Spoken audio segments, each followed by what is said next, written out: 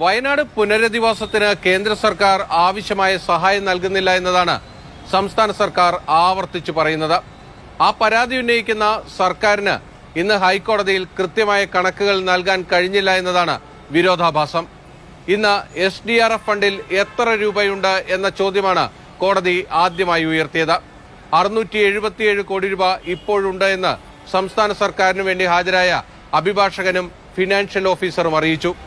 ആ 677 കോടി രൂപയിൽ എത്ര രൂപ നിങ്ങൾക്ക് വയനാട് പുനരധിവാസത്തിന് ഉപയോഗിക്കാൻ കഴിയുമെന്നതായിരുന്നു കോടതിയുടെ അടുത്ത ചോദ്യം. എന്നാൽ അതിന് കൃത്യമായ മറുപടി നൽകാൻ സംസ്ഥാന സർക്കാരിന് കഴിഞ്ഞില്ല. അവിടെയാണ് പിഴച്ചത്.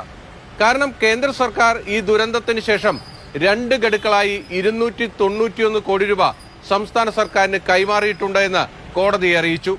അതിനുശേഷം ഇപ്പോൾ സംസ്ഥാനത്തിന്റെ കൈവശമുള്ള പണത്തിൽ നിന്ന് എത്ര രൂപ വയനാടിനു വേണ്ടി ചെലവഴിക്കാൻ കഴിയുമെന്നതായിരുന്നു പ്രധാനപ്പെട്ട പ്രശ്നം.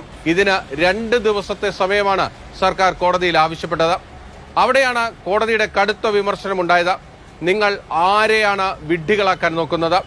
പണം ആവശ്യമുള്ളവൻ കൃത്യമായ കണക്ക് നൽകിയാൽ മാത്രമേ പണം നൽകേണ്ടവൻ നൽകുകയുള്ളൂ. അതായത് കേന്ദ്ര സർക്കാർ പണം നൽകണമെങ്കിൽ അവർക്ക് അതിനുള്ള കൃത്യമായ കണക്ക് നൽകാൻ കഴിയണം. ഇവിടെ സംസ്ഥാന സർക്കാർ അക്കാര്യത്തിൽ പരാജയപ്പെട്ടിരിക്കുന്നുവെന്നാണ് ഡിവിഷൻ ബെഞ്ച് വിലയിരുത്തിയത്. രൂക്ഷമായ വിമർശനങ്ങളും കോടതിയുടെ ഭാഗത്തു നിന്ന് വന്നു. നിങ്ങൾക്ക് എന്തുകൊണ്ട് കൃത്യമായ കണക്കുകൾ സൂക്ഷിക്കാൻ കഴിയുന്നില്ല? അത് കൃത്യമായും കോടതി മുമ്പാകെ പറയാൻ കഴിയുന്നില്ല. ഇവിടെ ഫിനാൻഷ്യൽ ഓഫീസർ എത്തിയിട്ട് പോലും അതിന് വ്യക്തത വരുത്താൻ കഴിയുന്നില്ല. കൃത്യമായ ഓഡിറ്റിംഗ് നടക്കുന്നില്ല. ഓഡിറ്റ് റിപ്പോർട്ടില്ല. ഇങ്ങനെ നീളുന്നു ഹൈക്കോടതിയുടെ രൂക്ഷമായ വിമർശനങ്ങൾ. ഈ ഹൈക്കോടതി വിമർശനങ്ങളെ കേന്ദ്ര സർക്കാർ കൃത്യമായി ഉപയോഗപ്പെടുത്തുകയും ചെയ്തു. കേന്ദ്ര സർക്കാരിന് വേണ്ടി ഹാജരായ അഭിഭാഷകൻ പറഞ്ഞത് 291 കോടി രൂപ കേന്ദ്ര സർക്കാർ നൽകിക്കഴിഞ്ഞു. ഇപ്പോൾ സംസ്ഥാന സർക്കാരിന്റെ കൈവശം 677 കോടി രൂപയുണ്ട്. അത് വിനിയോഗിക്കണം. അത് വിനിയോഗിക്കാതെ കേന്ദ്ര സർക്കാരിനോട് സഹായം ആവശ്യപ്പെടുന്നതിൽ അർത്ഥമില്ല.